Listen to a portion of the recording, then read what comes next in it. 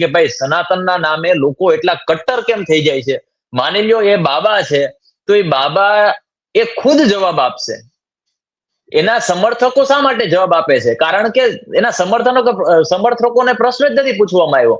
પ્રશ્ન પૂછવામાં આવ્યો છે બાબાને.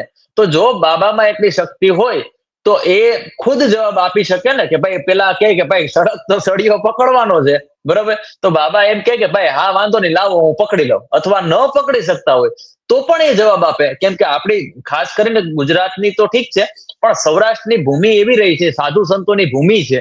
અને અહીંયા સૌરાષ્ટ્રમાં મોટા મોટા સંતો થઈ ગયા કે જેને શું કહેવાય, આખા વિશ્વમાં પૂજાય છે. એવા સંતો થઈ ગયા. આપા ગીગાને તમે જોઈ લ્યો, સત્તાધારના લઈ લ્યો, પરબધામ લઈ લ્યો, તોરણિયા લઈ લ્યો. ઘણા બધા સંતો થઈ ગયા છે. આપણી સંતોની ભૂમિ છે. તો સંતોની ભૂમિમાં જો કોઈ સંતને કોઈ પ્રશ્ન પૂછે ને, એવું તો છે નહીં કે ભાઈ પહેલી વખત આ બાબા અહીંયા ગુજરાતમાં કે સૌરાષ્ટ્રમાં આવે છે ને પહેલી વખત જ કોઈ વ્યક્તિ કોઈક બાબાને પ્રશ્ન પૂછે છે. આ પેલા વર્ષોથી આપણે જોઈએ છીએ. આપણે ઘણા બધા ઇતિહાસોમાં વાંચ્યું છે કે ભાઈ જેટલા પણ સાધુ સંતો છે એમાં લોકો એને પ્રશ્ન પૂછતા આવ્યા છે. અને એને જ્યાં શંકા હતી ત્યારે પ્રશ્ન પૂછ્યા, અને જે સંતો હતા એને પણ એને સામે ઘૂંટડો ઉતરી જાય એ રીતે જવાબ આપ્યા છે.